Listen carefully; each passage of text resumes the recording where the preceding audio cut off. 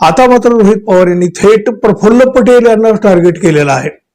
नुसतं टार्गेट करून ते थांबलेले नाहीत, तर त्यांनी थेट या पटेलांना मित्र हो, अजितदादा पवार यांच्या अपघातापासून अगदी त्यांच्याच पक्षातले दोन नेते महाराष्ट्राच्या टार्गेटवर आलेले आहेत. यातले एक आहेत सुनील तटकरे आणि दुसरे प्रफुल्ल पटेल. अजितदादांच्या बाबत झालेली दुर्घटना हा अपघात नाही तर तो घातपातच आहे अशी शंका जशी सामान्य कार्यकर्त्यांना आहे तशी ती त्यांच्या कुटुंबियात सुद्धा आहे. आमदार रोहित पवार यांनी तर अजितदादा यांचा घातपातच झालेला आहे आणि त्या दिशेनं तपास व्हावा म्हणून रान उठवलेलं आहे.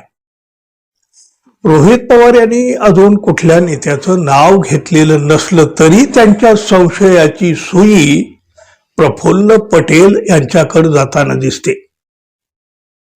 अजित पवारांचं निधन झाल्यापासून प्रफुल्ल पटेल यांच्या हालचाली, त्याचे पक्षातले घेतलेले निर्णय आणि त्यांचं वर्तन हे खरं तर खूप मोठ्या चर्चेचं ठरलेलं आहे. अहो फार बाकीचं तर जाऊ द्या, हेच बघा, अजितदादा गेल्यानंतर अवघा महाराष्ट्र शोक व्यक्त करीत होता. कार्यकर्त्याच्या डोळ्याचं पाणी थांबत नव्हतं. घरात अजून पवारांच्या घरात अजून दुखवटा आहे, शोक आहे आणि हे प्रफुल्ल पटेल अजितदादांच्या शोकसभेमध्ये चक्क मनमुराद हसताना गप्पा मारताना दिसले होते. केवढं हे भावनिक म्हणजे सगळं वातावरण असताना सुद्धा हे चित्र बघून लोक सुद्धा संतापलेले आहेत.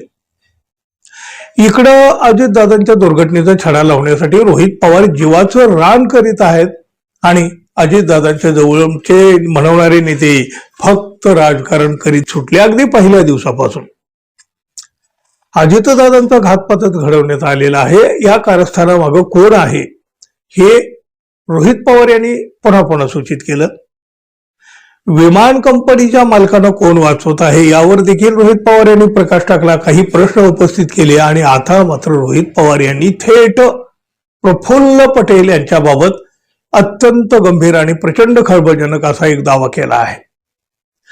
VSR विमान कंपनीच्या मालकाच्या मुलाच्या लग्नाचा दाखला देत त्यांनी प्रफुल्ल पटेलांना आता घेरलेला आहे.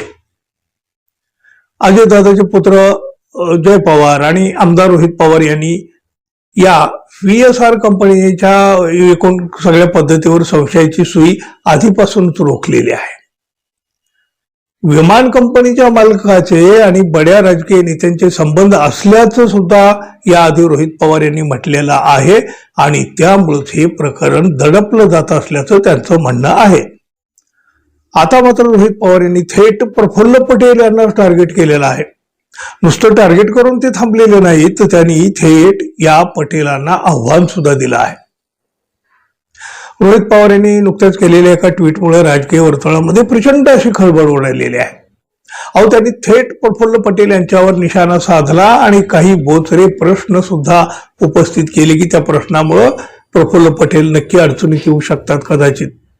रोहित पवार म्हणतात, प्रफुल्ल पटेलजी आपणास विनंती आहे, अजितदादांच्या अपघाताला घातपाताला कारणीभूत असलेल्या VSR कंपनीच्या मालकाचा मुलगा रोहित सिंग याच्या राजस्थानमध्ये पार पडलेल्या लग्नात आपण गेला होता का? आणि गेला असाल तर त्या लग्नामध्ये इतर कोण कोण नेते होते आणि ते कुठल्या पक्षाचे होते हे तुम्हाला माहित असेल, ते आपण लोकांना सांगावं. तुम्ही स्वार्थी आहात की अजितदादा प्रेमी आहात हे महाराष्ट्राला दाखवून द्या. उद्या पत्रकार परिषद घेऊन याबाबत स्पष्टीकरण द्याल ही अपेक्षा, असं रोहित पवार यांनी या ट्विटमध्ये म्हटलं. त्यामुळं रोहित पवार यांनी आता थेट नाकच दाबलेलं आहे. नाक दाबलं की तोंड उघडतं अशी आपल्याकडे एक म्हण आहे. काही दिवसापूर्वी रोहित पवार यांनी प्रफुल्ल पटेल यांच्या नागरी उड्डाण मंत्रालयातील दांडग्या संपर्काची सुद्धा चर्चा केली होती, म्हणजे उल्लेख केलेला होता. पटेलांचं एव्हिएशन सेक्टरमध्ये तगडे संपर्क आहेत, त्यांनी आम्हाला पुरावे गोळा करायला मदत केली असती तर चांगलं झालं असतं, पण तसं झालं नाही अशी खंत सुद्धा रोहित पवार यांनी आधी व्यक्त केलेली होती. पटेलांनी या प्रकरणामध्ये मौन का बाळगलेला आहे असा प्रश्न आता पुन्हा एकदा या निमित्तानं उपस्थित झालेला आहे. पण रोहित पवार यांनी आता दिलेल्या या आव्हानामुळे राजकीय वातावरणात किंवा एकूण राजकारणामध्ये एक नवी ठिणगी मात्र नक्की पडलेली आहे. प्रफुल्ल पटेल यांना आता नेमकं कोंडीत पकडलेलं आहे रोहित पवारांनी. थेट त्या लग्नाचे पुरावे देत प्रफुल्ल पटेल यांचं नाव घेत त्यांनी विचारणा केलेली आहे. रोहित पवार यांनी आता नाक तर दाबलेलं आहे. आता प्रफुल्ल पटेल यांचं तोंड कधी आणि कसं उघडणार हे पाहणं अत्यंत महत्वाचं ठरणार आहे. पाहूया आता हे प्रकरण नक्की कुठल्या दिशेनं आणि कुठल्या वळणावर जात आहे आणि याचा शेवट नक्की कुठं होतोय. मित्रांनो, धन्यवाद. पुन्हा भेटू. नमस्कार.